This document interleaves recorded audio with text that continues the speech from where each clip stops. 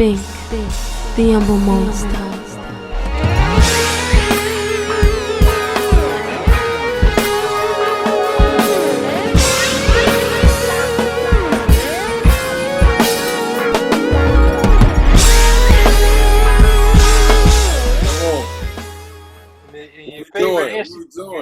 Your favorite Instagram spot. You That's know what I'm where I do. saying? That's where I do my laundry at. You feel me? Hey, absolutely. That's what all goes down at the chop shop right there. What's going on, King? I ain't nothing, brother. Just glad you came on, man. Long overdue. You know I had to get you up here.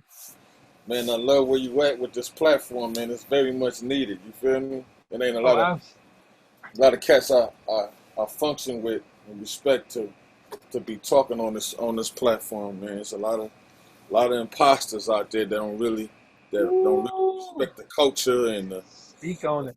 and reciprocate the real true history of what's going on. But I'm Yeah. loving, man. Well, shit. Pink Well, it. without further ado, West Coast to me, one of the guys who defined the West Coast sound. In my opinion, what I'm saying, the backbone of the West Coast sound. You know, gave Corrupt his sound and Snoop and all types of backgrounds for all types of other LA artists. My man Battlecat, West Coast King. What's up with you, bro? Come on, baby. Yeah, Let me take these that damn part, glasses off so you can see me, man. that part. There you go. There are the lights. Yeah. Yeah, there we go. Yeah. So shit, man. I didn't realize you came in '88 though. Yeah, damn. Yeah, man, that was a crazy time for me. I just had my first kid, and man, R&B was at an all-time high. Teddy was doing his thing with Keith Sweat. Yeah. Uh, radio was at an all-time high. All my DJ mentors and everybody that I know that is DJing uh, adopted, real quick in how to engineer and then becoming producers, beat makers, then producers. So I'm already a drummer by nature, so I had to fall in because I didn't want the streets to take me under. And I'm glad that my neighborhood uh, supported me like that. You know what I'm saying? Instead of Right. trying to adopt me till they get down, but they Right. It they was really, hot then. man, It was hot as fish grease then. it really was. But it was a lot of love though, because a lot of people from the streets in my community who lived that different life, that hard life, that street life, um, they wanted to also be in this hip hop game, and they was very supportive. So that's what was so cool. Wake up in the morning, they would make sure the block was safe so we can break dance, DJ, or do whatever we do, block parties, the whole 9 yards. So I'm glad I had those kind of guys to be transparent with what my calling was.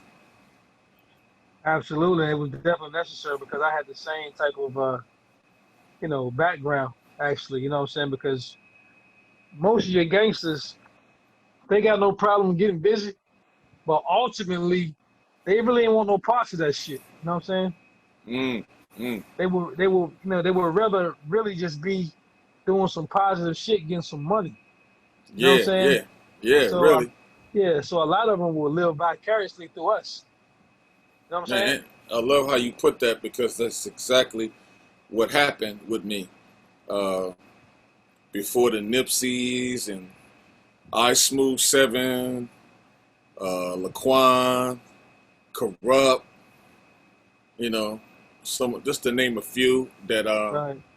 that grew up with me while I was developing my reputation and skill set until I finally arrived. Hey, like I said, it was totally necessary. Like, my dudes would always I'd be hanging with them, and right when they're supposed to go out to the hood, they'd be like, "Yo, we're gonna drop you off. Man, We're gonna drop you off and shit. Yo, it, podcast. Yeah, we're gonna drop you off, so we ain't even gonna, you know what I mean, involve you, what we about to do right now. Like, we gotta, you know what I'm saying? We We got a gotta drop you mission. off. Yeah, Yeah, we got a yeah, mission exactly. And then that you it don't need kind to it, be on. it was kind of it was for the curiosity's sake, and when you grew to know them and their parents as well as going to school with them, you kind of felt like you was left out. You know what I'm saying? Because you just getting to know them and love them and respect, and then the love kick in, and then you be like, dang man, I need a big brother because I was the oldest, so I was wondering what some of that the other private time was, you know. I was like maybe 2 or 3 years younger, but once I start understanding what the culture and what the get down was, I was like, oh man, I'm not even built like that to handle that, and it would have shortchanged my lane and just my whole process of how I even think as a human being. You know what I'm saying? Because my mom and dad and uncles uh, had a different perspective about how to protect or physically, be at someone if they was to harm me. But their demonstration was for keepers. They was playing for keeps, That part. and I'm like, shit. Where no one in the family is an attorney. No family got that kind of bread to put, to put us, put the house up, for bail. So I kind of I did good for myself. You know what I'm Yeah, saying? that I fully co-sign. But at the end of the day, I keep trying to tell these young guys that being gangster and being a superstar, they don't mix. I say because for the simple fact, if you gangster, then your whereabouts aren't known. But if you gangster and you got tour dates, then whoever trying to get at you can just pick a date. You feel me? Cause your daily schedule is you got a schedule, nigga. Like this where you gonna be at Wednesday, this where you gonna be at Friday, this where you gonna be at Sunday. So you can't be out here popping niggas and then go do your show like you know what I'm saying, like shit sweet, like your enemy on your ass. So them two Yeah, things can't coexist. yeah. You know what I'm saying? We seen that from time to time and time again, man. And now the fact that you can't hide behind nothing because of technology, it's people that live for the drama and love to expose. So they don't give Mm-hmm. you enough time to figure that out. They figure like, okay, well, nigga, you can put this out here, you must can deal with the repercussions and everything that come with it, which fuck up the G code of what that walk of life is that don't have a lot of benefits versus someone who's in the entertainment. So that's why it was amazing to see how certain people survived. It's a lot of us that can tell it and write a book about it, if not do a movie. But I love this platform because it's from a musician point of view, in Right. the eyes of what we lived, breathed, seen, and anything else you could think of. Yeah, pretty much that we already endured already. So we giving you game from experience, not from no hearsay. Not you know what I'm saying? Because we both been in some intense sessions where the fucking the drama is thick in the session. You know what I'm saying? Like somebody could die here today in this session or at this video shoot. You know what I'm saying? Like we we've been there one hair out of place. Somebody's dying today. You know what I'm saying? And it's a tense. Like you cut it with a knife. You know what I'm saying? See, And that shit ain't fun to be around. You know what I'm saying? Like you ain't really like you really don't want to be in the presence of that shit on a daily basis. So niggas want to be gangsters. When you get around some real gangsters that play for keeps and about their business, then you really understand what that texture is like. It ain't something you want to be fucking with on a daily basis. That's for sure. yeah, it's amazing how you put that out there because when I look at Daz and I look at all the musicians, Superfly, Jimmy Roach, Butch from Parliament, or just anyone who ever came through that whole death row experience, how they was able to be focused, spirited, whatever they go-to energy was, how they was able to still make great music through those kind of environments. And it's another thing to be in the room with an audience who was a fan of music Mm-hmm. and or having the consumer uh, ear, like, you know, people who don't do music, but people who support music by going to concerts, record shops, uh, you know, promoting the track, playing it on the answer machine, you know, all the formats that we had, how music was being received. Right. For them to come and sit in the studio and watch this, I can appreciate that kind of audience more than the the ways of the world as far as the streets activities. That shit didn't uh, move me too much, and I'm glad that I didn't have that kind of environment. Even though I had a few people who was attached to that walk of life, but they knew better to bring in that. Because if I had to bring a gun just to have fun with music, that shit just didn't feel right to me. So, and then going to other uh, communities where there's different nationality and different energy, it was night and day from where I come from. So I knew I didn't need to bring a gun because you're talking about people that you're paying money to another entity, and you don't even know their background. They got family that's sheriffs and feds or whoever you can think of. So my thing was like, shit, if I don't know the law and the jurisdiction in the other community where I'm at, I need to come clean as possible and make sure that I warn my crew to leave that mentality in the neighborhood, but keep the spirit and the energy of the grind and the happiness and maybe a little bit of the triumph and pain of what you've been through in the form of penmanship and on your artistry side, because I'm still going to need that to be transparent in Beverly Hills or Santa Monica or Glendale or Right.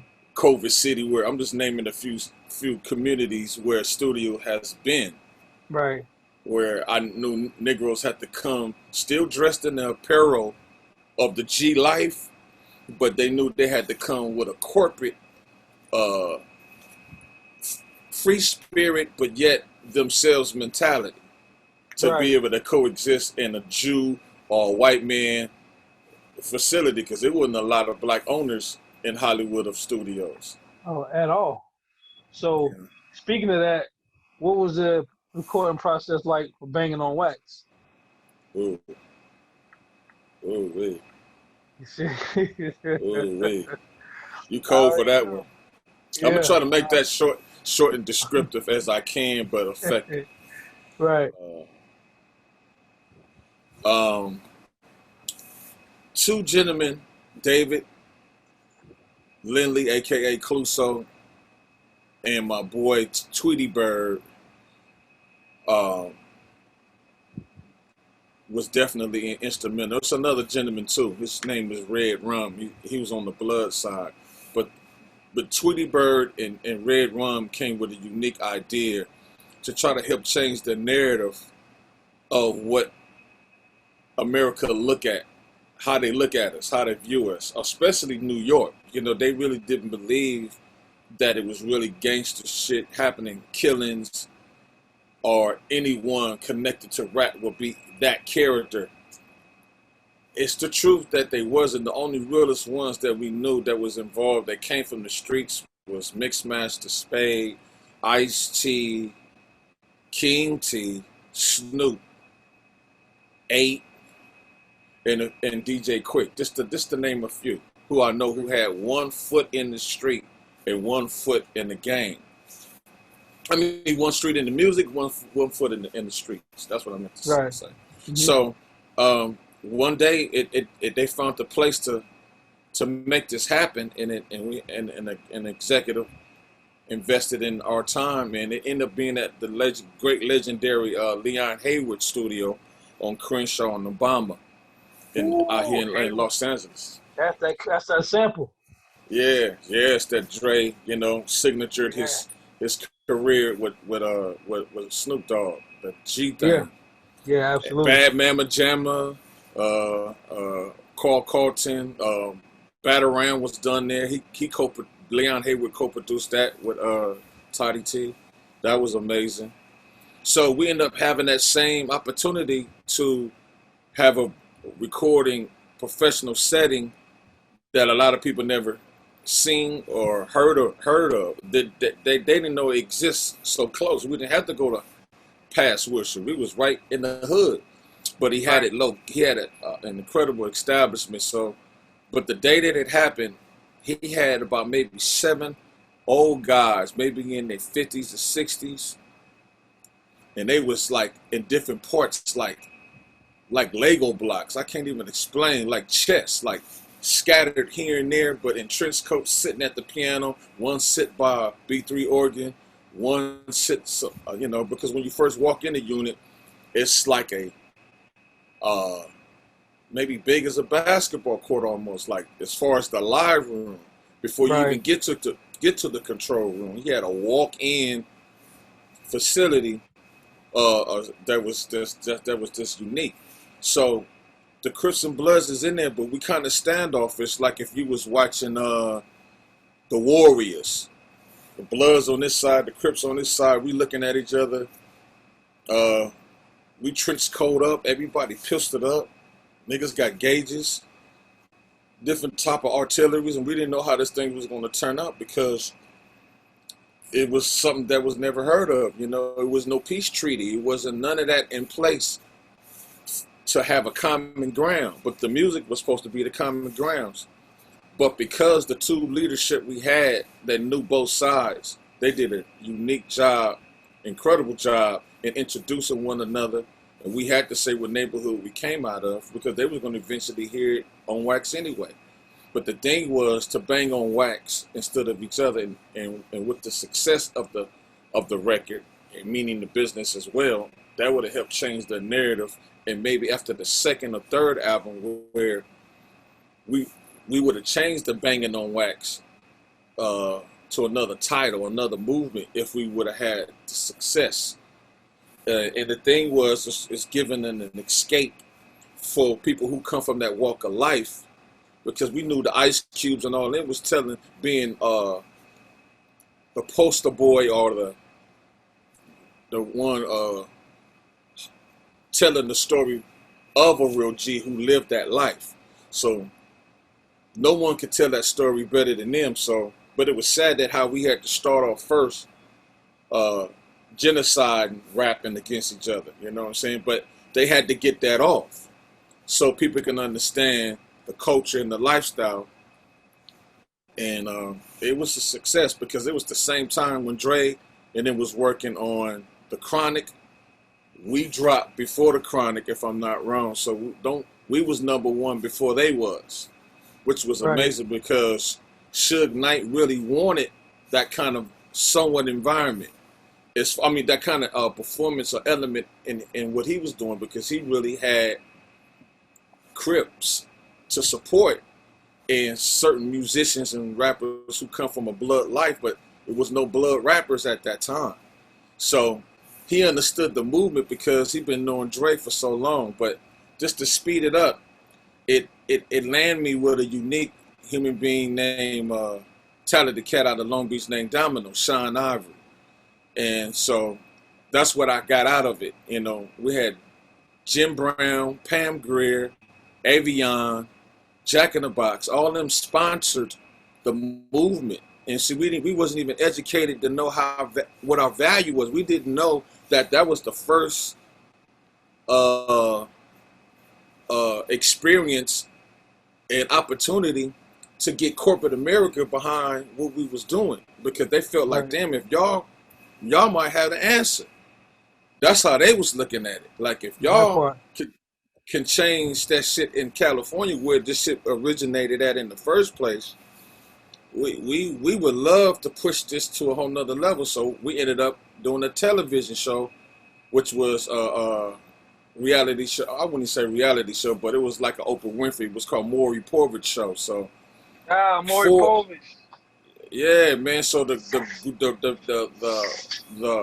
people ended up trusting the process to bring a few of the Bloods and a few of the Crips to come up there and try to really educate people and express why this album came together, what was our backgrounds, and what do it mean to the society to take serious. How could they be educated about it? How could they get behind it and support it? How could the LAPD and the sheriffs and DAs and public pretenders, how could they all look at this to see if it could be an answer for what it was? Well, it did as much as it could. We wasn't really educated about all that coming at us so fast. Right. But it was an incredible ride. It set me up for success, not knowing that Domino was going to be there, and his passion and his drive was beyond that. But he took a chance and put himself on the front line.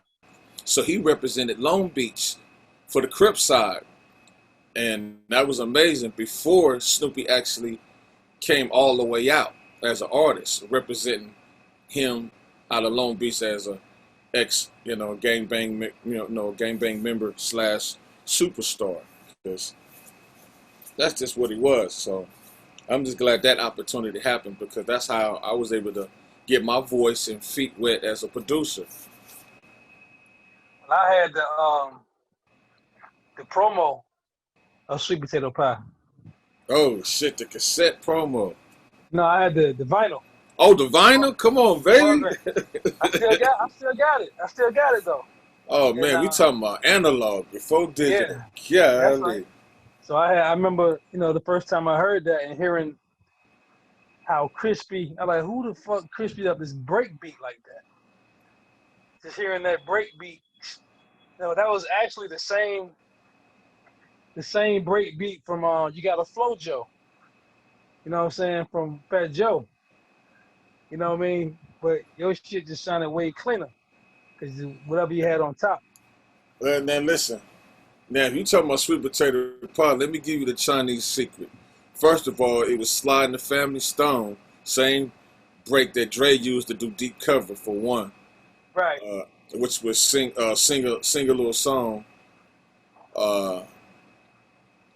And then the bass line in the music was from SOS Band, produced by Jimmy Jam and Terry Lewis, Take Your Time, Do It Right.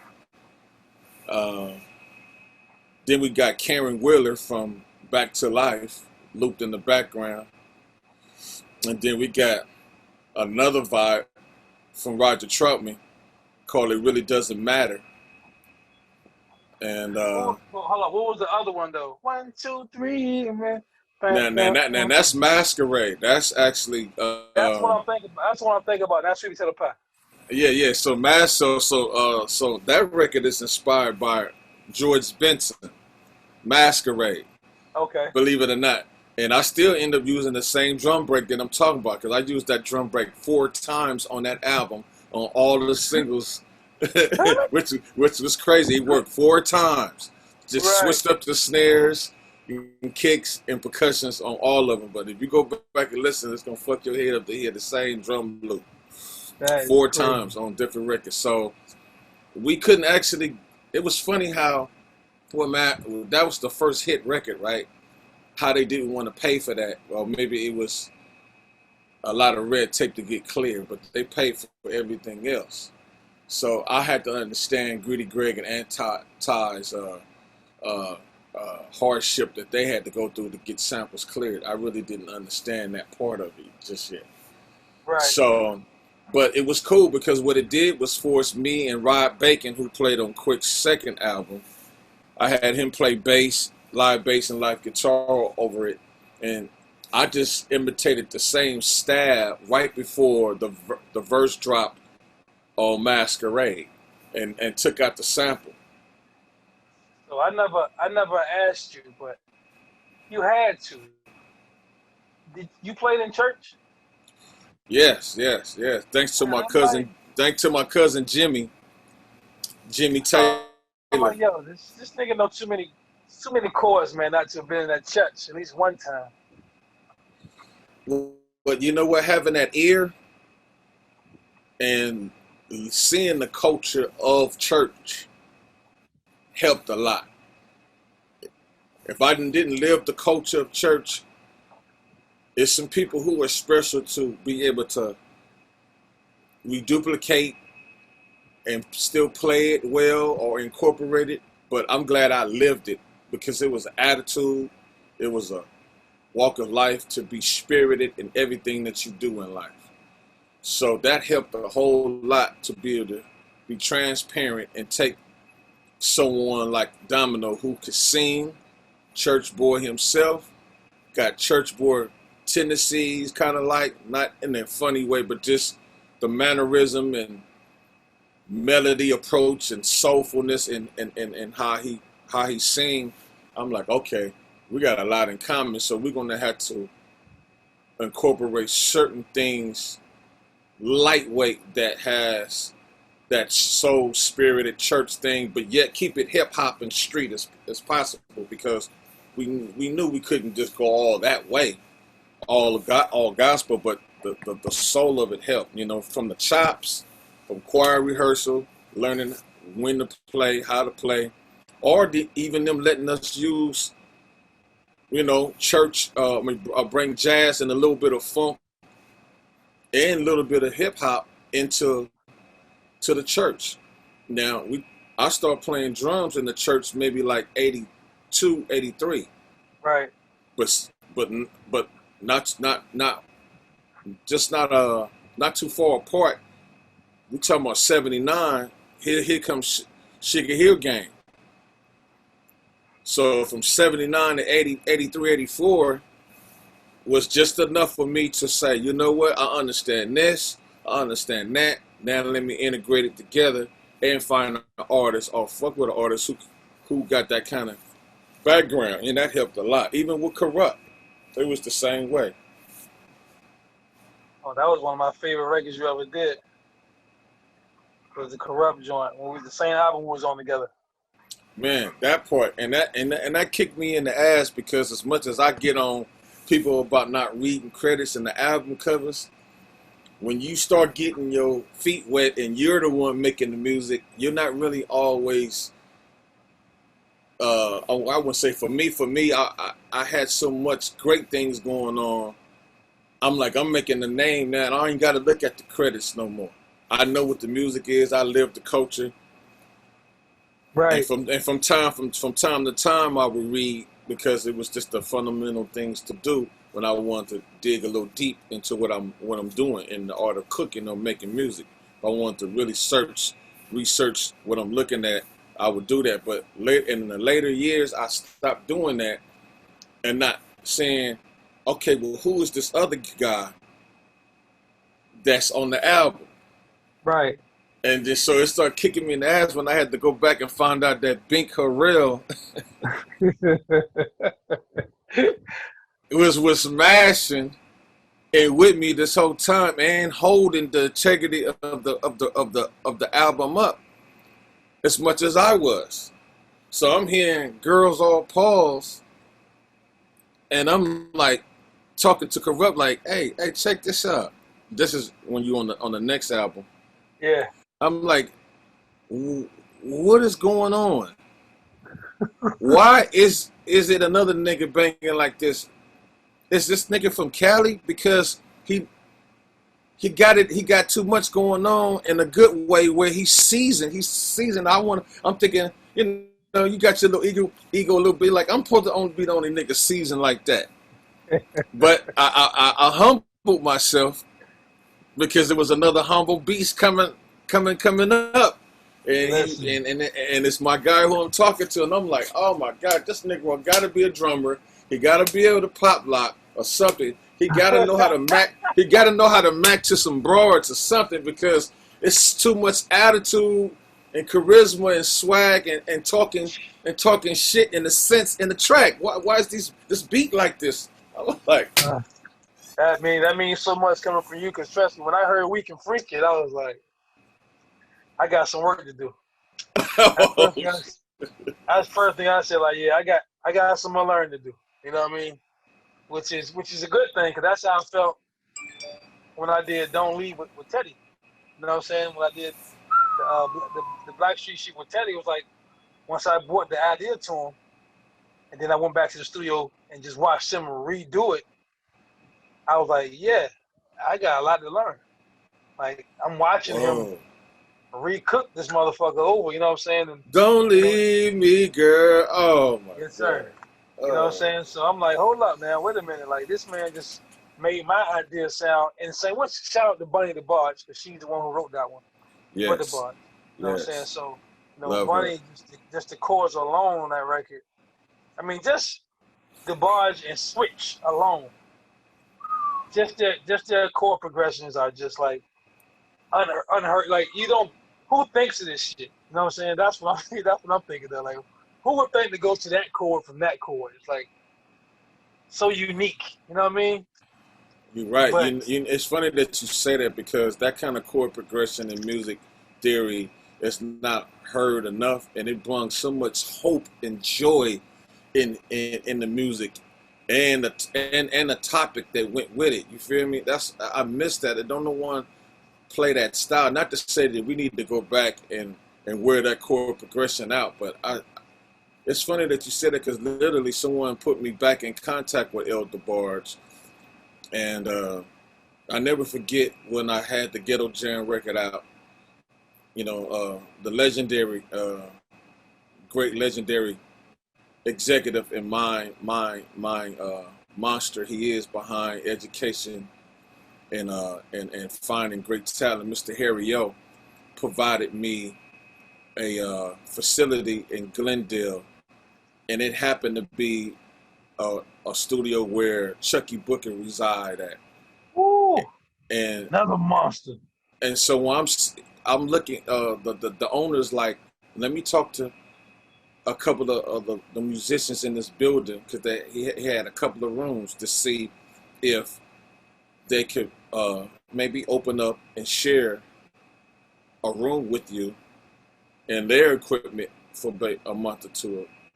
And because he was already on me, Chucky Booker, and he knew who Harry O was behind the death row, he wasn't afraid, and he said, man, sure, you got your own equipment, and if not, you can use some of mine. So this is my first time laying eyes on this brother. And when I did the second day, Chico, the bars had just got out. Harry O helped him and facilitated him and made sure he was safe and had a home so he could be safe. So next thing you know, the third day, all of the bars come down to the studio, bro, to come function with me. This shit just blew my mind. And then Chucky Booker comes back and see them all, and they laughing like, oh, man, big brother Chuck.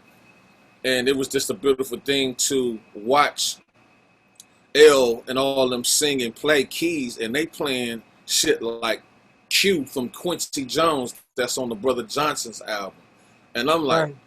oh my God, okay, I understand why the root is so cold, because they dared to study everything under the sun and didn't leave nothing out. So when they had to create their own sound, they had enough understanding and theory about how they wanted to be just that infectious with their contribution.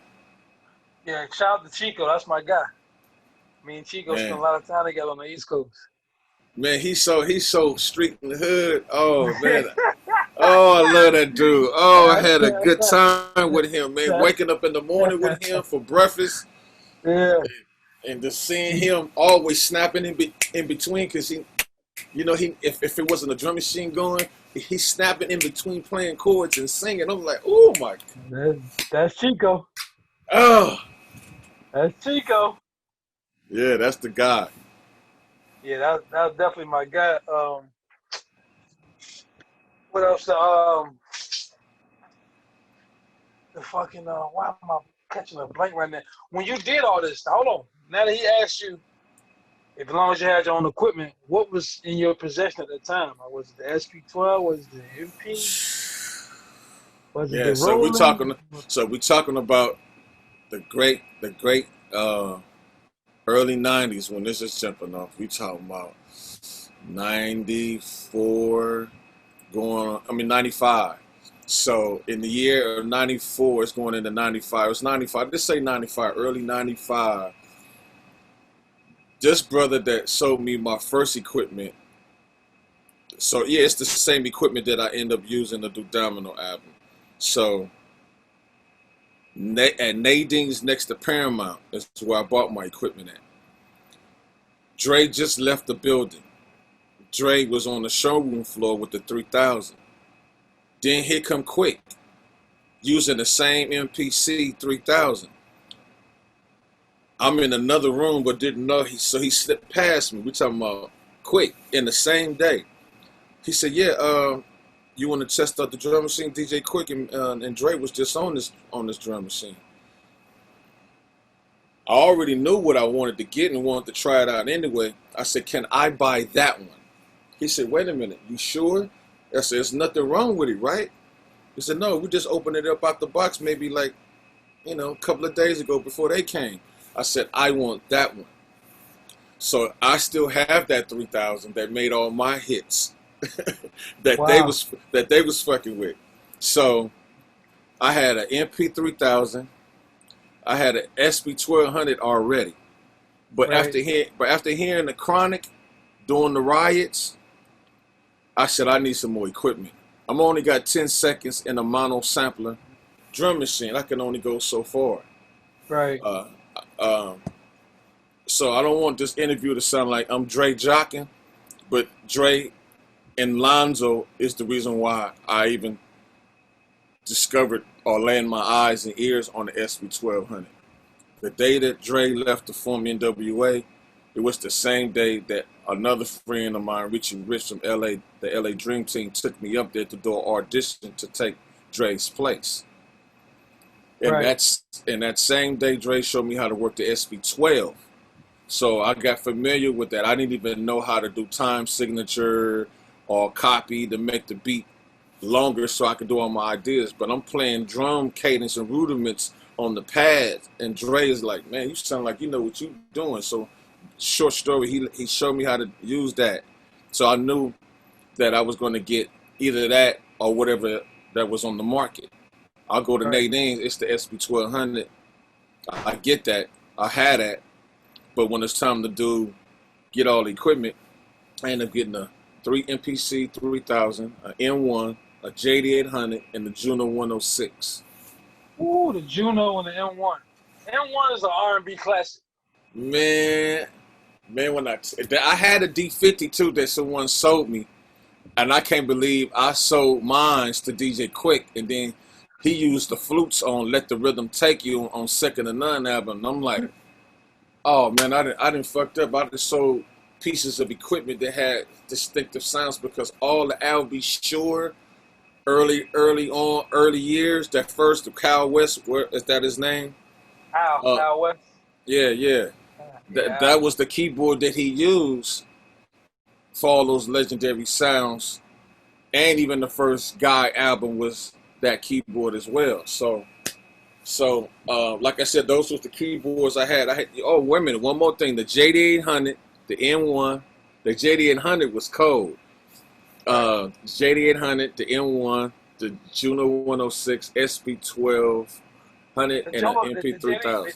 The JD800, that's a Roland too, right? Yeah, that's a Roland. Oh my God. Yeah. Programmable keyboard. Yeah, Mario Winans had that joint. Man.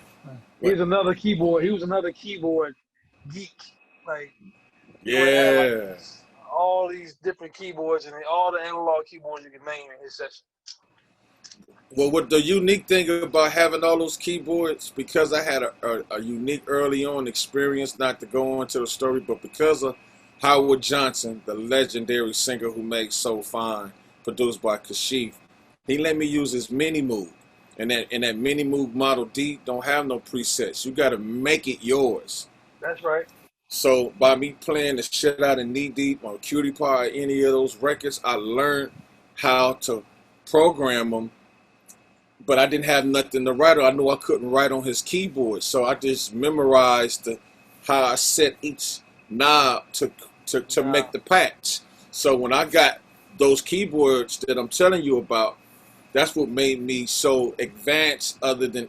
Quicker more than others in my community, in my neighborhood, on the art of programming sounds, because I started off being that nasty ass. I'm afraid Yeah, I gotta make this sound mine. That's cool. I got the preset, but then I yeah. started appreciating how to turn the knobs at the same How you time. can tweak those envelopes. Yeah, the envelopes, all that frequency, Envelopes. everything. Yeah, Frequency that's was my yeah, favorite thing. That the open and close of the yeah. frequency. That right. That's why people used to love that SC1.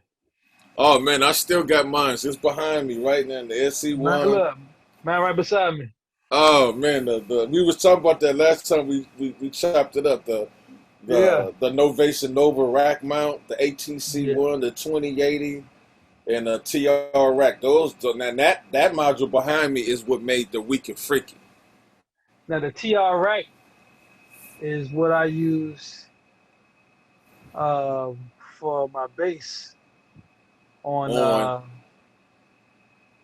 uh I think it was 1900 Hustler. C CO5 was the program number. CO5. damn, you giving up some Yes. gang right now. That's like It's that's either, it's either CO5 or CO6. It's one of the two. And that's what I did. That's what I did. Girls on Pause with the TR rack. it Yep. feel like it could the guitars. Yeah. Rick, The Rick, guitar. The guitars came from 5080. the 5080, yeah. That is rolling. Yeah, that's rolling. 5080. So you And had the all. 5080 or the 3080 by then? No, I had the 5080. Woo, woo. I still got that right here too, with all the cards in it. Still 60s and 70s card, orchestral card, effects card, bass card, Man, all see, that shit. I think that is so vital and a passionate thing for us to hold on to the sounds of that era and time, because when we want to go create that, it's nothing like electricity going through a hardware versus a software. Absolutely. The way it's wired, the way the motherboard is that whole vibration. It's electricity going through that thing. A Literally. software, it's just a powered computer in the software. But That part. But that's where the horns come from for Rulers back. 5080. On the Jay-Z shit. That's the same shit. 5080. That's uh, that's that's oh man, that's the 5080. So it's like, bruh, I would never get rid of something that sounds good. what was that like for you to buy those type of modules and then attracting people like Jay-Z and whoever else that's been under your crazy library or arsenal of hits? What was it Um, like buying equipment like that? I mean, well, the thing about me, bro, is like I always been a gear snob. You know what I'm saying? So every check I got, I make guitar center. You know what I'm saying? Like man, like every like like a strip joint. I just yeah, gotta go see what's the latest trick in this store. yeah, that part. Like every time I soul a beat, I make guitar center, Jack. You know what I'm saying? It's one other And special spot in LA where we went to. Sam Uh, Ash, Not just San Mass. Before San Mass, it's called Black Market never on been to that one. Los Cienega, where they sold all the original B3s, the mini Moogs, all that. Oh my God, I'm talking about 10 mini Moogs, different Roses, different Wurlitzers. I'm talking about anything analog, B3s, Profits, uh, the shit Stevie Wonder was using, Sinclairs, They bass, gone now? drums. Yeah, they been gone, man. That place right there was like how we were used to go to record finders, which was on Melrose and Larchmont, where Dre got all his records from. That's Right. his catalog came from that man, Kevin. I want to say Kevin Donovan or something like that. Eventually, I started going to Amoeba. Yeah. See, they came a little later, and I ain't mad Yeah, at them. yeah. Yeah, I ain't mad. we had a whole bunch of spots on Melrose that we would go to.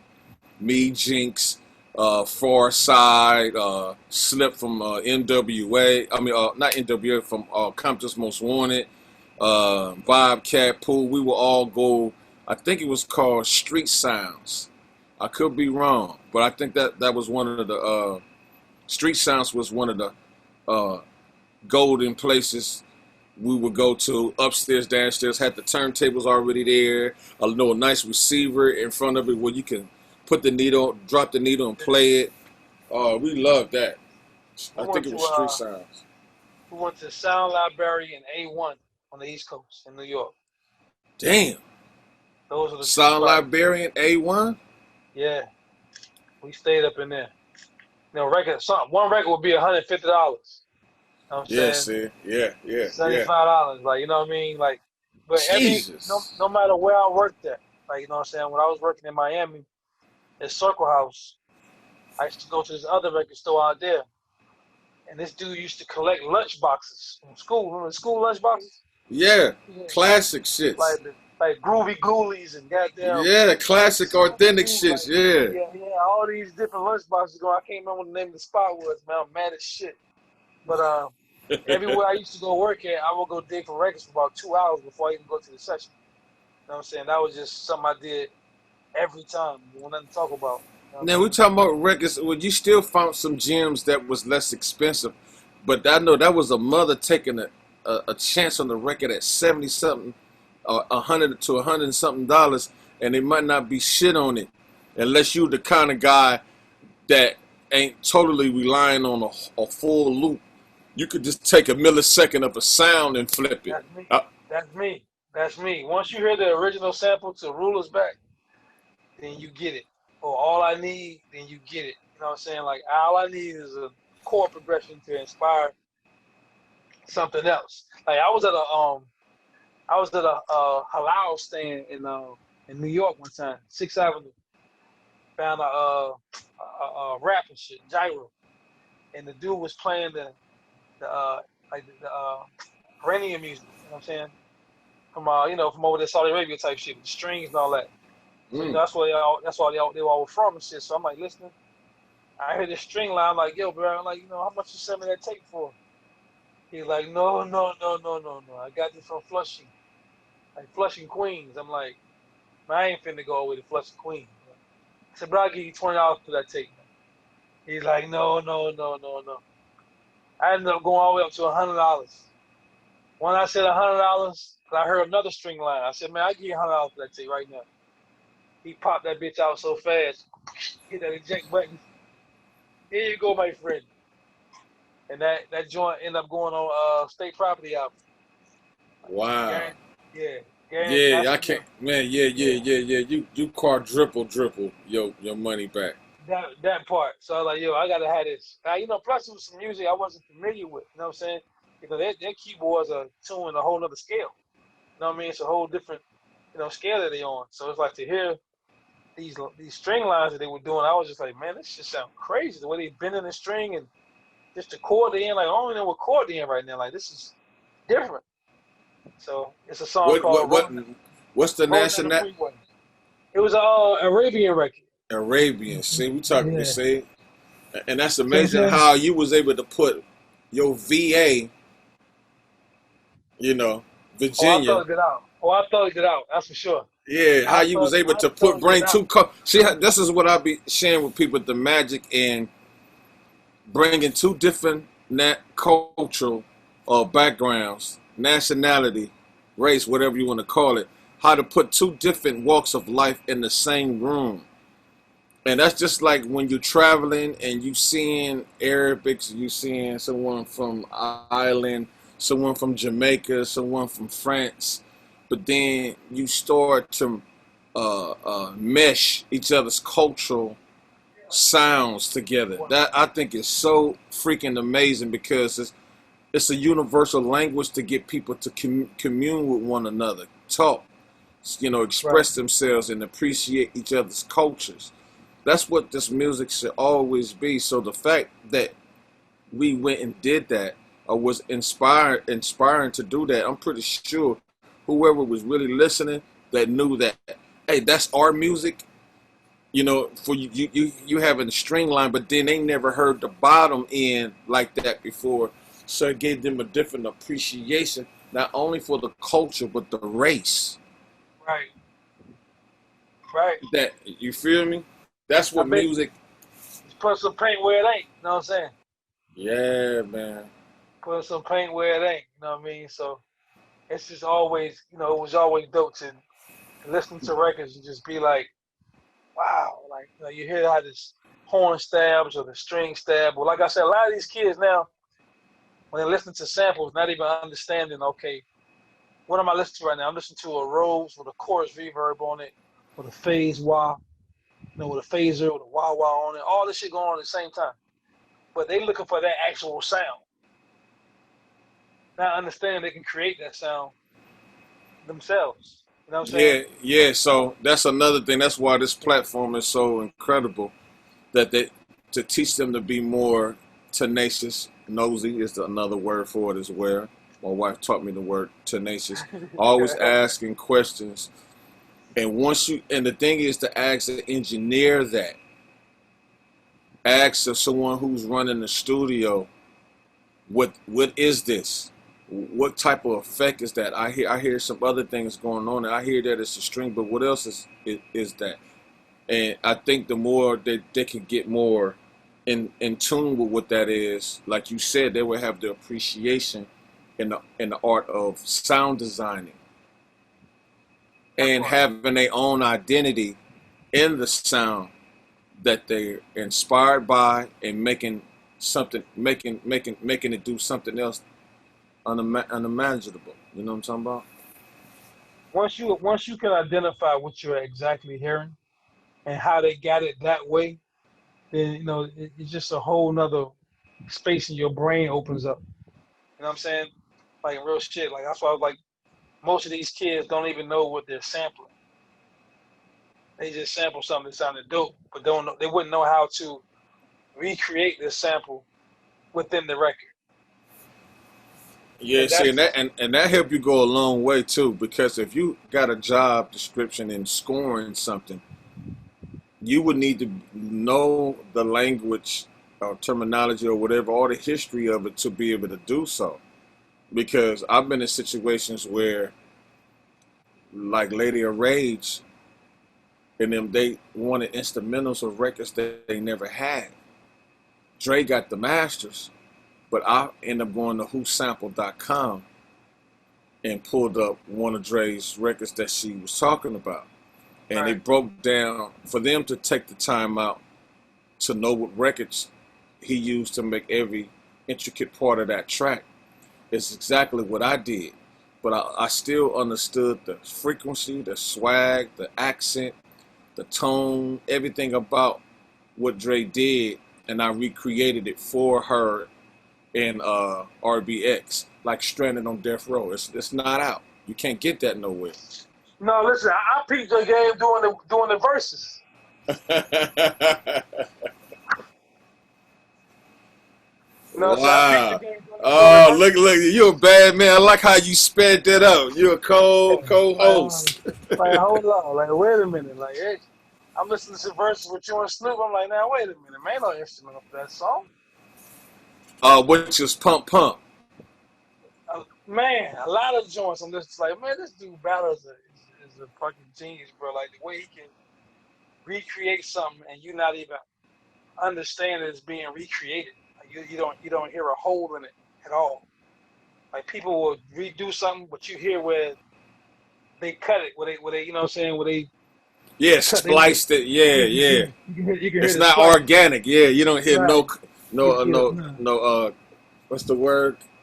The continuity of it stays the Continuity. same. God damn it, Yeah. You know what I'm continuity. saying? Yeah, it stays the same. The consistency of the whole record.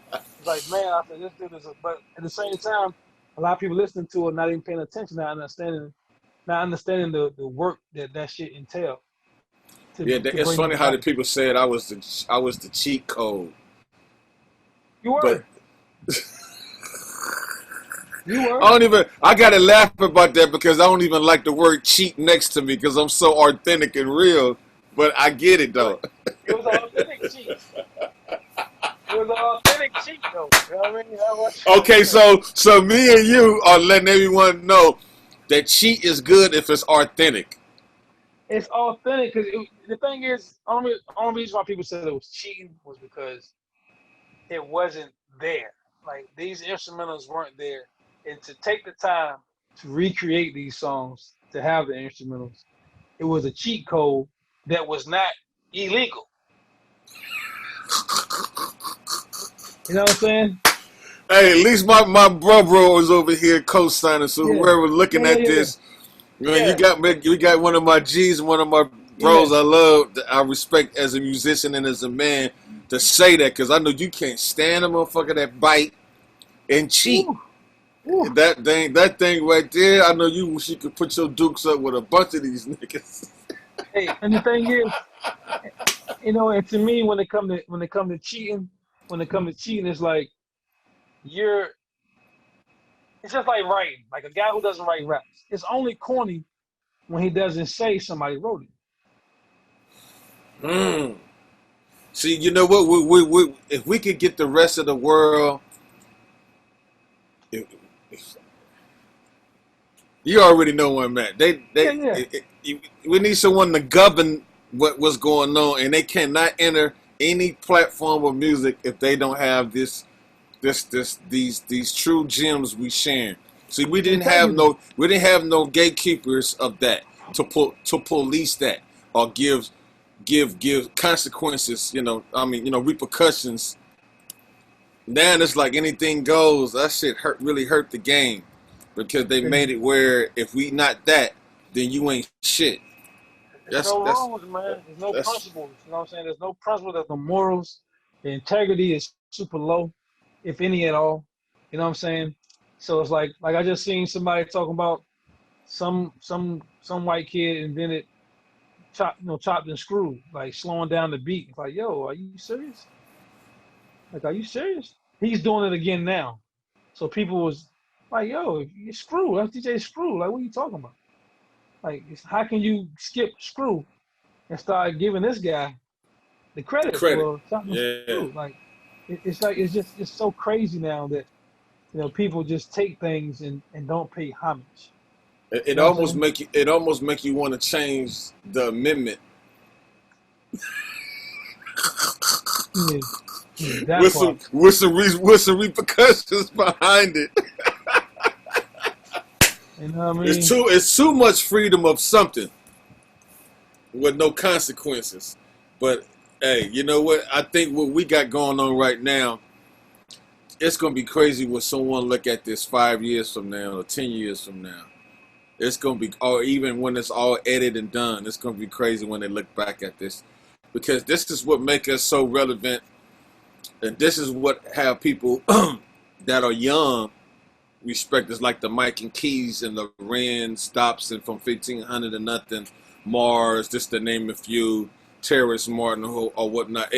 They really get it, and I just think it's important, man, that people hear this information because they everyone wants to know why the music is not doing what it's doing.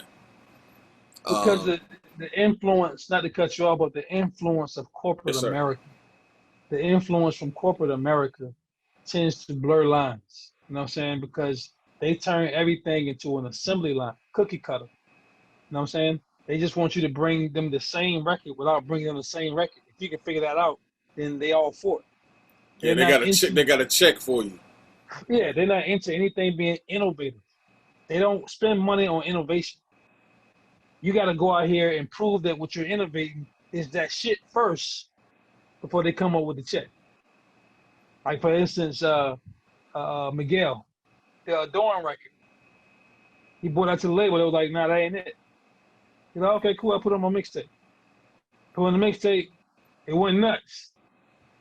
Same thing with Usher's. Yeah, they told Lil Jon, this ain't it. Lil Jon went straight to the radio. Absolutely was it. Broke Beatles records. You see what I'm saying? So We got to understand that corporate America never knows because it's not their culture.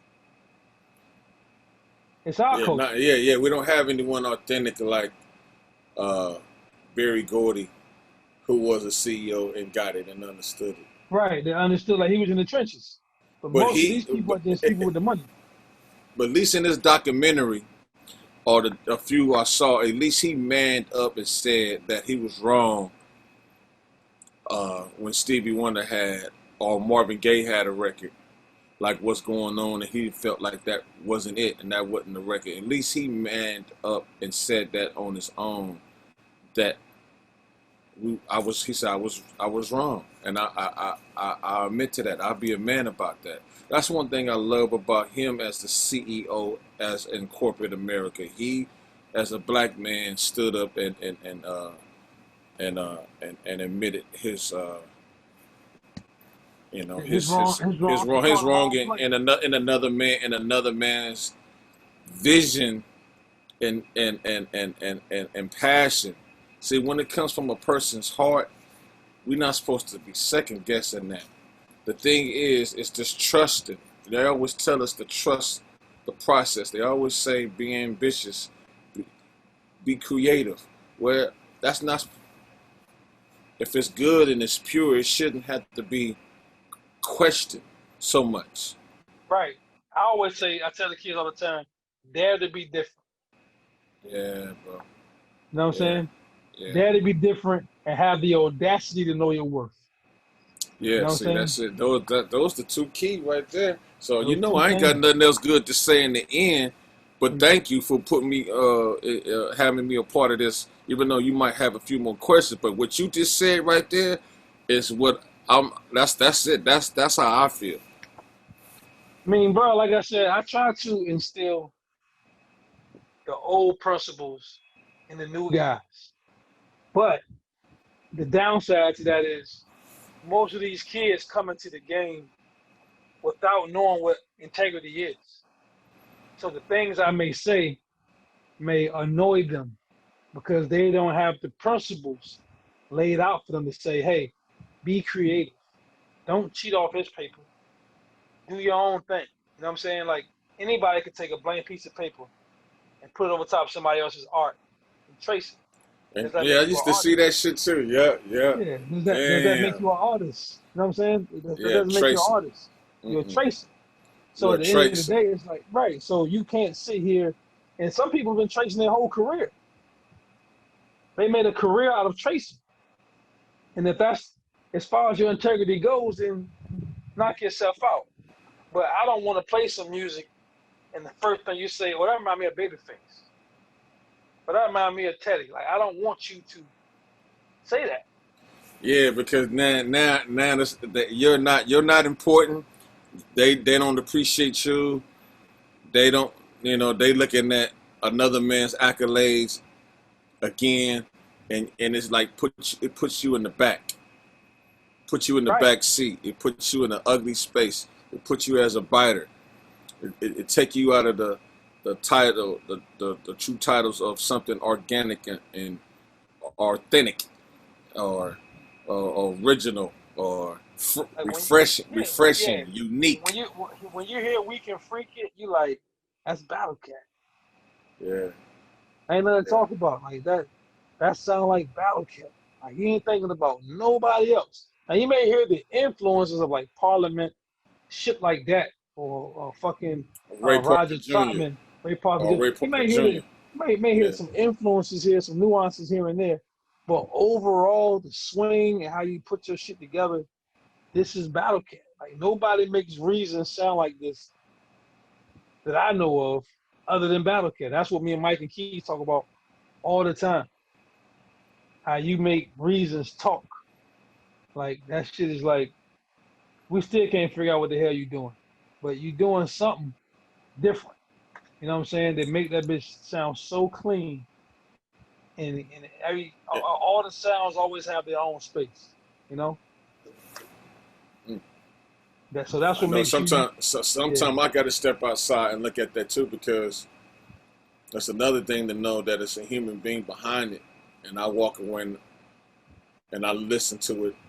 You know how you might have your door open, like how I seen you went to go open another door. I love walking away from something that I created so I can have a different ear and a different perspective as a consumer or a teacher or a customer.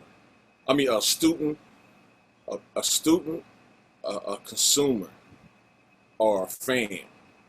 I always have to have that in mind because producing by yourself sometimes can be a, a gift and a curse. And Right. I say that because to me, you only so good in what you choose to be around or what you listen to.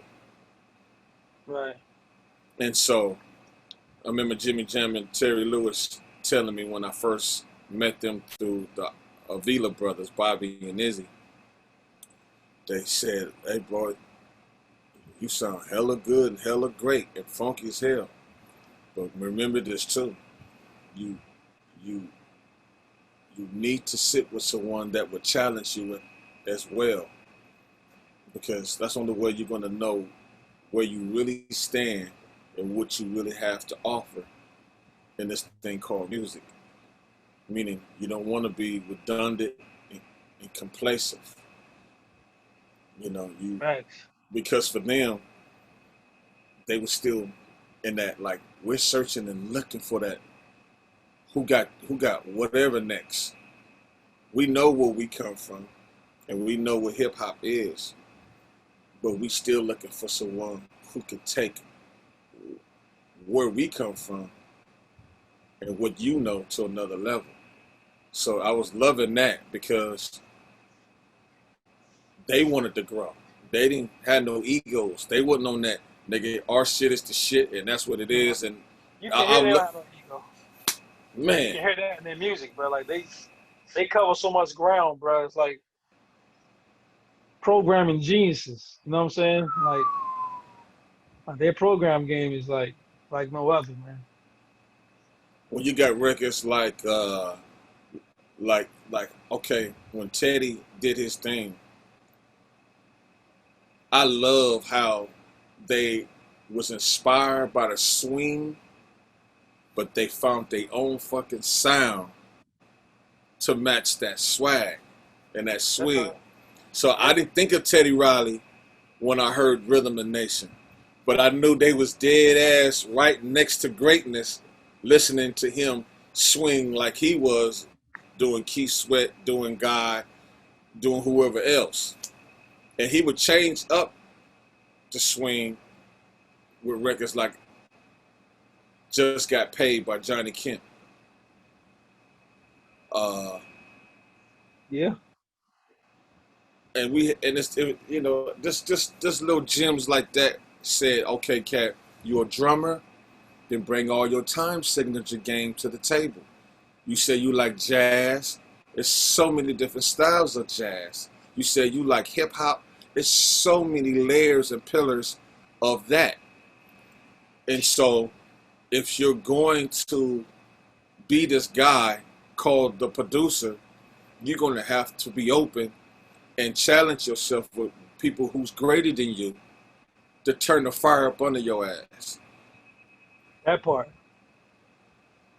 And don't dictate what you doing about what's going on. You know what I'm saying? A lot of people base what they doing comparing it to what's going on rather than what they feel and what they hear. So, you know what I'm saying? Like I never let that influence me. Only thing I let influence me is BPMs. Tempo. And Tempo is the only thing I would let influence me is tempo. yes, Other than that, because yeah. yeah. Sometimes frequencies too. I can't even leave that out. Tempos and frequencies do it for me. But Like never when I try to get the same pocket.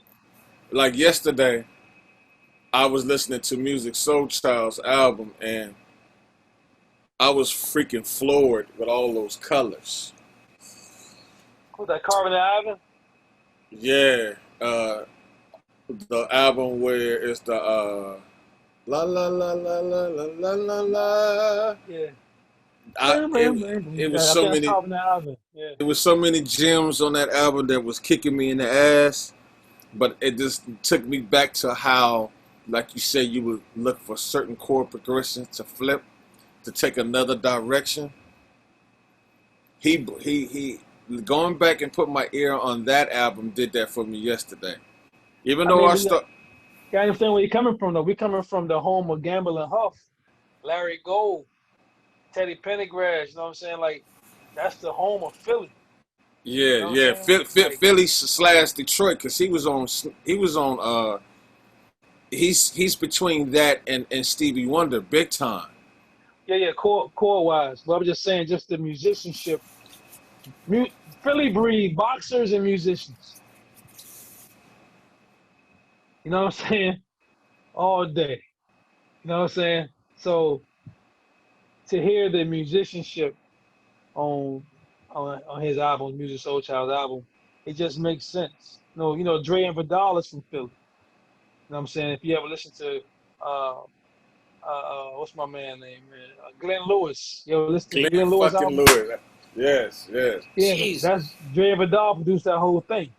You know what I'm saying? So the live strings and live flutes and all type of shit So when you because say they was Dre, it's two guys. So Andre, Andre Harris okay. and Vidal Davis. You know what I'm saying? That's two of my allies right there. But they also produced Butterflies for Michael Jackson. Yes, sir. And Yes, caught sir. caught up caught up for Usher and all types of shit. But the Mm, instrument the instrumentation you right. on Glenn Lewis album is like, because they shared the studio with Larry Gold. So having Larry Gold at your disposal is like It's that's next sickening. level. You know what I'm Yeah, saying? yeah, yeah, I yeah, mean, I yeah. remember watching a documentary on Curtis Mayfield, and they interviewed one of my favorite composers. Um, God damn, he's the one who produced Shaft in Africa. I can't think of Johnny Pate. Johnny Pate, yeah. Oh yes, yeah. Johnny Pate, Lord. Johnny, Which is to Johnny, show me what you got. absolutely, Yeah. absolutely. You know what I'm saying? That come from Shaft in Africa. You know what I'm saying? Yes. So he said that Curtis Mayfield would send him a cassette of him singing with the guitar, and he would write all that brass and strings to that. Man, I love the freak out of brass. See, that's why me and you, we're a problem. We if we ever when we do something, when we score something There you go. together and When say produce, when we when say when we when yeah, yeah, yeah, the it's gonna happen. speak it into Yeah, existence. You see, that's gonna happen. Yeah, that's gonna happen. because I learned from you so much. I said, man, who was he inspired by? Because your string game is crazy, and I love Benjamin White and what's his name, Fisher, on the Purple Rain album, the strings he did, and on some Raphael Sadiq shit. I'm trying to think who was the string arranger on Barry White shit. Barry White was. I get it. He write it out. They play it. I get it. I Right, get it. Yeah, right. yeah, yeah, yeah, yeah, yeah. Remember, he Sheet was the music. he was called the Love Orchestra. Yeah, the Lord. Yeah, Love yeah, Love yeah. Unlimited. I'm sorry, Love Unlimited Unlimited. orchestra. Love Unlimited Yeah, Orchestra. yeah. Yeah. So that was just I never seen any composer credits. It was just him and them guys. You know what I'm saying? So he had that Quincy in them too, Yeah, he sure did. with the crazy Quincy jewel game. Quincy is another one. String game codes. Come on, man. Who would know Uh, to use? Who would know to use a bass harmonica on Sanford and Son intro? Wah, wah, wah, wah, wah. Wah, wah. Right. All that. I'm just Niggas saying, don't man. play Come like that. on, man. Nobody play like that no more. Come on, bro. I was just like, bro, clown it. That's what you call swag. You know what I'm saying? So when you read the back of their records and you see fucking Herbie Hancock on Rose, fucking uh uh uh uh, uh uh, uh, uh, George Benson on guitar and Bob James on Wurlitzer. You like, man, god damn, like this was in one session. Like, like wait a minute, He like got the best of the best in that room. the best of the best, and that's what it takes to come up with records like Thriller and Off the Wall. Like you got to have those type of guys behind the board. You know what I'm saying? It ain't about us playing it. It's about finding the best nigga for the job that can elaborate on our idea and take that shit through the goddamn ceiling. You know what I'm So saying? that's what happened with records like Pimp the Butterfly. That was a perfect example because Right. Terrence Martin brought in the Kamasi Washingtons and the Robert Glaspers and the Thundercats. Yeah. Yeah. Man, the bass line you had before they got there, that was a good idea. But that nigga heard something else too, in addition to What you did. that dope ass idea that you had. And this shit was jamming before they got there. You see what Yes. I'm saying? It was jamming before they got here. But So now it's like, that's called not settle. right. That's Yeah, called pushing the which that's called pushing the pushing envelope. yeah, it's pushing the envelope, but it's first not settling and pushing the envelope. And it's a trip if the younger generation can see that process more often, then they won't settle and they'll be passionate about doing it. So, like having this conversation, that why you, I had to say that. I know you're shaking your head because we got a lot of people who don't listen, but some do. Because why you think when I be live on Instagram, Mhm. they can see my expression, if not seeing my fingers. Might not see what modules I'm using, but I think a lot of them can appreciate that they see me going in live before their eyes and going, damn. With the And I instrumentation. always have to talk a little shit like, please trust the process. This is not a club where you're asking for tunes that I already did to be played. I'm not giving that service. I'm sharing with you an experience you would never have an opportunity to experience, and I'm giving it to you live. See, look, Live and direct. let it see that Fender Rose in the back.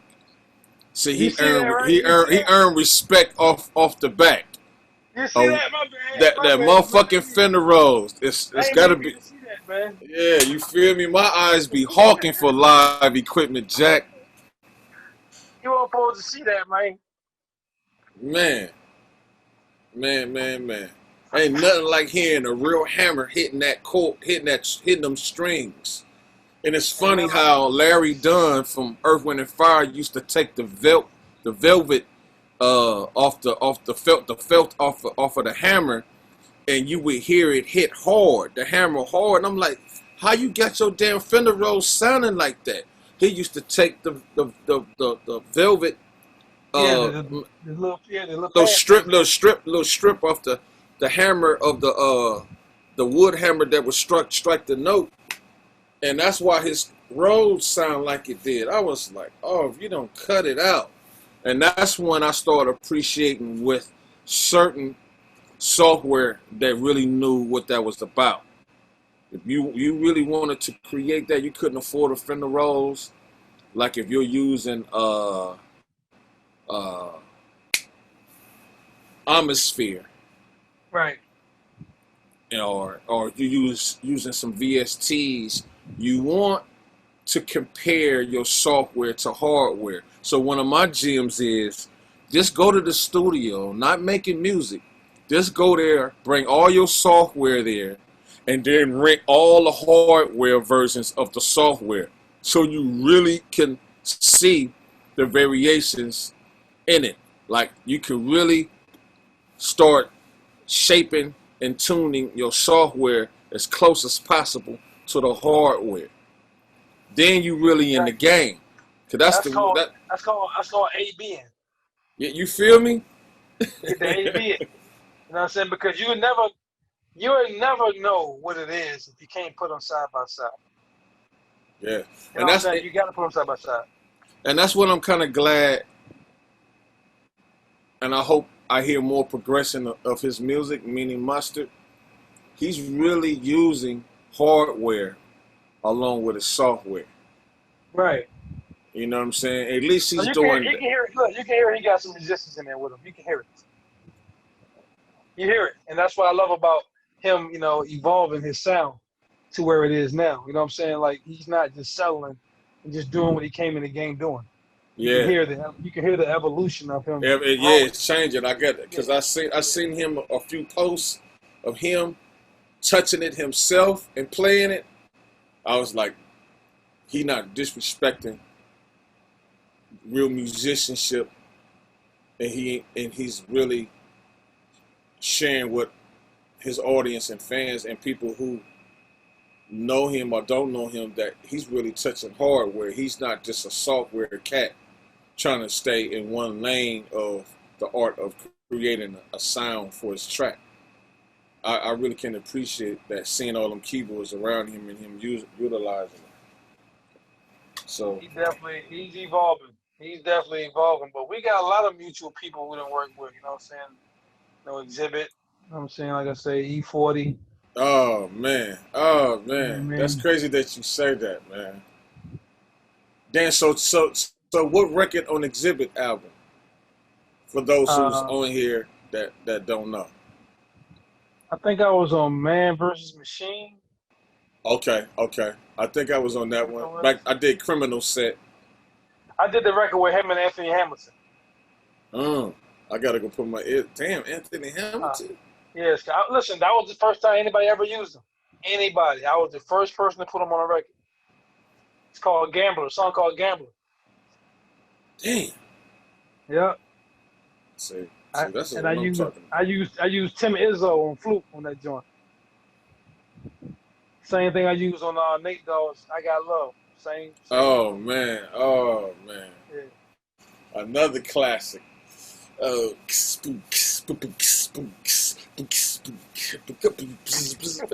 That's drummer shit. I'm like, and your drums is not too far away from you either, though. But that's You what I'm love it? talking, man. I just loved it, man. You really that guy, bro. I'm Nah, excited about that type of shit. I love the fact that someone got a set of drums in the room like I do. look, you keep your shit mic'd up ready to go. You That's feel all I it's know. ready to go, Jack. Yo, that drummer like the drums from Thank God It's Friday, nigga, when the Commodore was playing, nigga, that's what that shit was like too. The fuck? Yes, man. Yeah, that's a church joint. You gotta know how to get them heads dead though. You gotta get them heads. Exactly. Yeah, that's a fact. See, that's a lot of gems people don't be understanding, like getting things to sound to your liking and not to what the standard is. You know what Yeah, I'm saying? you are the standard. If you're a brand, That part. you better have a standard about your shit, or it's gonna be a problem. You're not finna eat. Mm. Or you gonna eat, but you ain't gonna really be respected, like that. You know what I'm saying? I want the respect while I'm eating. I can't have one without the other. You Now I know. still ain't got on Snoop album yet. Now, he on my goddamn Hit. bucket list. Okay, you know what? On my bucket. I got the project. You already named E40, right? Yeah. With him and another great on this side and another great on the Bay. They just formed as a group. It's four of them. It gotta be short. Anybody but short? Yeah. That's Come it. on, man. Look. Anybody but short, nigga. And You ain't on gotta this do side, that with me. and on this side is Ice Cube. All four of them, and they Well, working right now. I did the theme music for the Big Three. The one with Q rapping on it. See what I'm talking about? When niggas don't, even a legend like me is supposed to be having my ears to the street like that. Like, okay, who did that? Let me find that out. You feel me? So now, you finna help me step my who's who game up. I'm supposed to know that. That shit don't feel good. It's Yeah. wonderful hearing the information, but it don't feel good and not knowing that and saying that on a first name basis, because in this industry, information is key. And if you're going to have a great conversation with people, you need to embody what's going on in the field that you're in. Who's the who and what's what. Yeah, that's so important. Jesus Christ. So what did you have to do where I get around? Well, it was an opportunity to do the remix, Right. and Howard Johnson and John McClane at Interscope, who helped discover the the death row whole movement as well. John McClane, that's my other big bro and sensei of the game. Uh, gave me an opportunity to do it, and I did it, and it was amazing hearing what Shock G sound like. I never heard that record break down like that. That brother had static. He had Impeach the President. He had Computer Love. Uh, I just couldn't believe the elements that I was hearing, and I wish I had another crack to do it again. But it was cool because you live and you learn.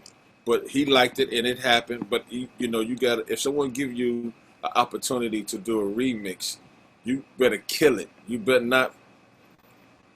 Uh, you better not. You better not slacken your shit. Don't do that. So That's if it was already a great record. You can't you yeah, can't come in man. here with no bullshit anyway. Yeah, and it wasn't bullshit, but it wasn't all the way correct to me, and Okay. and that's why I say having a partner in the room to challenge you to make sure that you pick the right things, or they challenge you in the art of sound selecting and arranging. So I got another opportunity after that one, and this is when he had, Tupac had to sit down. That's when he had got convicted for the alleged rape case. Right. So before he went to death row, he wrote a letter to the record company, but he wrote another part that he want. He wrote two letters. He wrote one to the label, one to me. But I think he wrote another one too to Warren G. Well, he was attempting to. If he couldn't get me to do the remix of Temptation, which is Easy Mo B, another dope fucking producer and brother and a Right. human being that I Shout out to respect. him. So Yeah. I'm coming behind him and pulling his element up, and it was cool. It was cool. So Shock G and Easy Mo B is the two cats I respect, and I end up doing remixes of their records, and I'm glad I had the experience. And but it was amazing to hear how he felt when he wrote the letter. He had heard so much records, so many records. I had did Cam's record, Yo record at this time. We're talking about '96, and I'm on the charts. I got like 10 records like in the top 20. Total Control. The Yo-Yo Yeah, record was Total Control. That was the album anyway. yeah. One for the cuties, Yo-Yo Funk, Bonnie and Yeah, Clyde. yeah. Look, oh, check him Bonnie and out. Clyde. Woo! Yeah. Body he, work. he pulling me up right now, like he at the office trying to close this case. You feel me? Detective Big Harrell. See, that's crazy. I didn't know you did Bonnie and Clyde. And That was now after doing the Tupacs and all that, I knew that if I was going to do more bounce to the ounce, that I needed to make it count. And right. that's when Cube asked me how much I charge. He cared to ask because the way I was putting it down, you know, Heavy. he was changing producers, and he wasn't working with the bomb squad like he used to. The relationship and him growing and label changing and all that. So he was trying to sniff me out to see was I going to be too expensive. But because Harry taught me my value, I told him $18,000. Which is nothing at the end of the day. It's nothing. Yeah, he was like 18,000. I'm like, man, I do got plaques. I am plaquing. I mean, Yo got that many. See how many you counted on the album? She kicked it in. That part. Cause she got what she asked for. Yeah. So why wouldn't she kick it in? You feel me? Yeah, she kicked it in. So I salute the Yo-Yo. She did that. But he came back later and got with me. And then I made it affordable because I did a song deal with him, which was cool. I loved song deals back in the Well, listen, man, '90s. we from the street, man.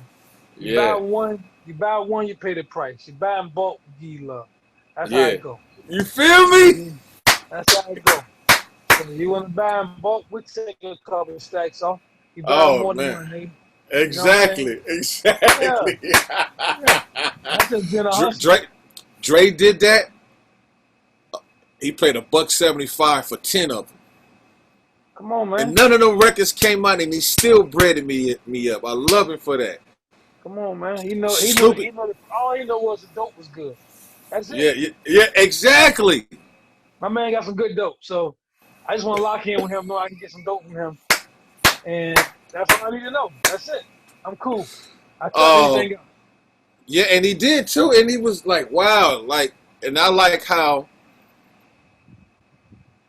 it was the situation where, okay, I'm paying you this, but I still need to hear satisfaction. Yeah, So, absolutely. so I never forget. Drake Hit, meticulous.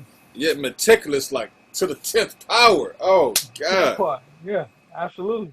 So I did 2 song deal with Snoopy like that, and that felt good. Was that Blue That's Carpet? huh? Was that the Blue Carpet album? Uh, East Or the Side. gospel? No. After the first East Siders album, we started doing song deal packages because that it set that nigga off. He went platinum independent. The sound set him off. This is his first time without working with Dre. He back in California, so he got the meat. He got the meat swells. He's got the Fred Rex. He's got the Battlecat, and he's got the Black Tovin and Jelly Roll. First of all, that's the trio for me right there. Battlecat, Jelly Roll, Superfly. You guys are Man, my favorite 3 out of the West, aside from say that Dre. one more time. You said Battlecat, uh-huh. Superfly, Jelly Superfly, Roll, and Jelly Jelly Roll. Roll. Yeah, those my go-tos for West Coast.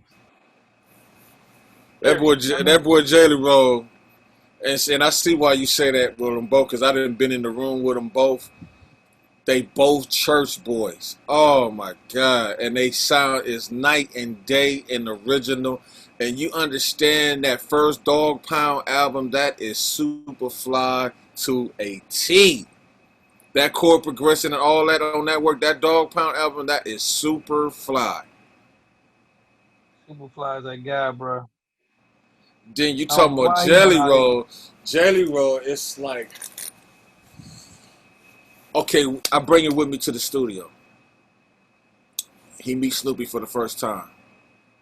We working on the Top Dog album, if I'm not wrong. Yeah, the Top Dog. I didn't make the album. Snoopy still paid for the beats. Placed them later. Placed the ones that didn't make it. One went on. No, both of them went on Badass album. Okay. But my man is with me. Snoopy goes for a break to go get some Roscoe chicken. They come back.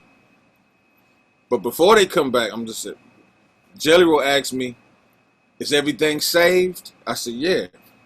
He said, "I want to make a beat. Can I get in?" Hell yeah. I'm in the lounge. Shoot.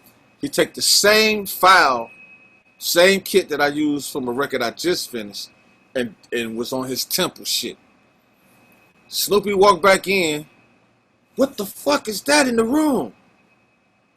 Cause that's what I need right there. I said, I didn't trip. I said, that's my Right. nigga Jelly Roll. He walked in the room, nephew, print that. I need that. Jelly Roll is happy with a little tears in his eyes. I'm like, well, that's what I brought you here for. We want to work. You want to eat. You deserve to Shine, be here. Listen, you deserve to be here, champ. You shine, know what I and mean? that's and the record ended up being Shining Star or Superstar, I think. Shining Star. No, rolling with a DPG or something like that. Come on, man. But he But get the crazy thing is, it just shows you again. It shows how much of a real nigga you are, because most niggas wouldn't have been able to. Their egos wouldn't allow that to happen because it would have took the attention off of them. You see what I'm yeah, saying? they shine. It would have took shine off of them, and I wouldn't even want that. I wouldn't want the contingent fee, finder's fee, none of that. I just wanted them to get on because that was just. I think it was his first 3 to 6 months in California for the first time ever from Tulsa, and his brother Black Tobin put him on and brought him to Cali. His brother brought him to Cali, but he said for him, I put him on. I don't really like taking the credit, but I understand what it is. When you want bringing someone to a situation and they own, it's they own. You put them on. But I would never go around saying I put him on. It's not even Right, about that. I was just glad that he was a decent human being to want to say that everywhere he went on his own. right, right. That That count part. more to me because that's loyalty without trying to train someone or beat it in them or make him say, hey, only way I'm gonna get you on unless you tell her, you better not be telling motherfucker I need you to say this and say that. It wasn't even about that because it's like in that good book when you read in that Bible, God want loyalty. He not gonna hold your hand. He want to see where you at.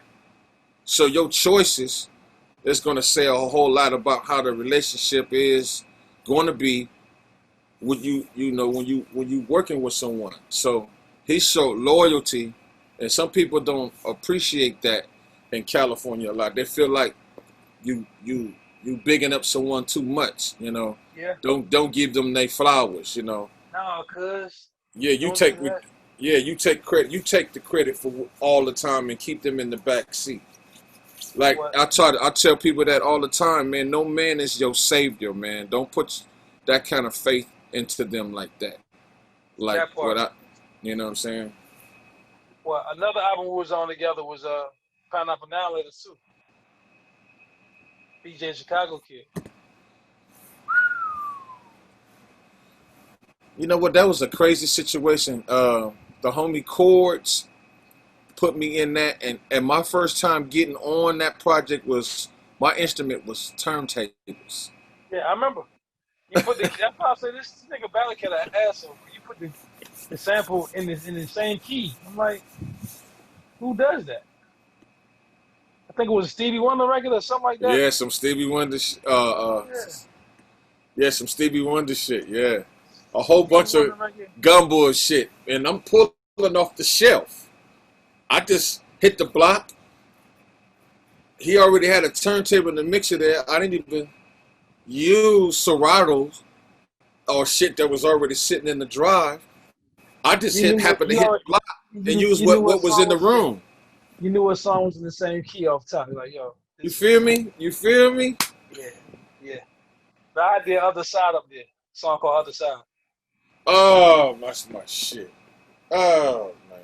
Well, they So say that's they this. got some green So this is indirect divine order. right. You feel me? I say indirect because it wasn't planned out. It was like, are you kidding me? So he from Chicago. He peeping L.A. producers, DJing. So BJ's like, okay, nigga, where the keys at? You need a keyboard or well, shit. It's a lot of shit already done. You just need me to cut, right? Okay, so I'm pulling. He's sitting down. He watching the experience. I'm just pulling. Oh yeah, I'm not even telling them what I'm pulling. I'm just pulling off the wall. Okay, yeah, give me the. And he in there losing his mind. Like you know how dogs be so happy when you come in the house. They happy to see their mask. That nigga running around the whole studio like I can't believe he's making this shit go just on some damn turntables. But it's the musicianship and musicality of understanding all the history of music that I fell in love with. I knew where he was going because he was already. It was a war record. Yeah. The world is a get. The world is a ghetto. Produced by Jairus J-Mo. Yeah. Another bad motherfucker. That he is our Wes Montgomery / George Benson / Eddie Hazel of our time. He's that guy. And Marlon Williams is another one, and it's of course it's Charlie Burrell and whoever else you can think of. But the ones that that brother right there is crazy. Jubu. I was just watching Jubu post earlier today, playing with Maze. That's so stupid. That's so silly. Jubu and Eric Wallace. Another one. Man, we can go down the line with Andre Bowman, bass player. Keep him out Andre. too. Yeah, Andre's stupid. Yeah, Andre's stupid too. Brody stupid. Bubby. Oh man. Chucky. Oh, Chucky on track. come on, Chuck. Uncle Chuck. Jesus. Uncle Chuck and Uncle Dave. Don't leave Uncle Dave out. Yeah, man, I would never do that. It's so mean in the name, and we on this interview, we might get cursed out for not mentioning them Negroes. Yeah, that's a fact. But, yeah. Yeah, well, shit, man, I ain't gonna hold you, bro. Like this was long overdue. We definitely had to chop it up, but we're putting this out mañana. Man, I appreciate this because now this is gasoline for me to have a reason to turn my equipment on. Instead of just because you have it and don't mean you can. You need to be inspired. Right. And I'm inspired in this conversation right now. I got an opportunity. I'm doing something with Shaka Khan. Wow. I don't want to do it. I don't want to do it without you. I had a nice conversation with her yesterday. Oh man, well shit, that's done. Let's get it in. My sister's a huge Shaka Khan. She turned me on to Shaka Khan. And one of the first records I sampled was a Shaka Khan record. Now it's time to share with her and give her appreciation and her flowers and why we did what we did or why we do what we do. Until I said she looked like an older Nicki Minaj. My bad. If you ain't married now, nigga, you might end up. She might kidnap your ass selling her dad. Hey, you said nutcase. That's my dude. Hey, I love you, brother. Thank you for the opportunity, man. Bink about it. Podcast. One of my favorite my favorite right now. The next one will be mine because I'm coming right behind you. Thank you, brother. I salute. Coming up here, battle. Well, love.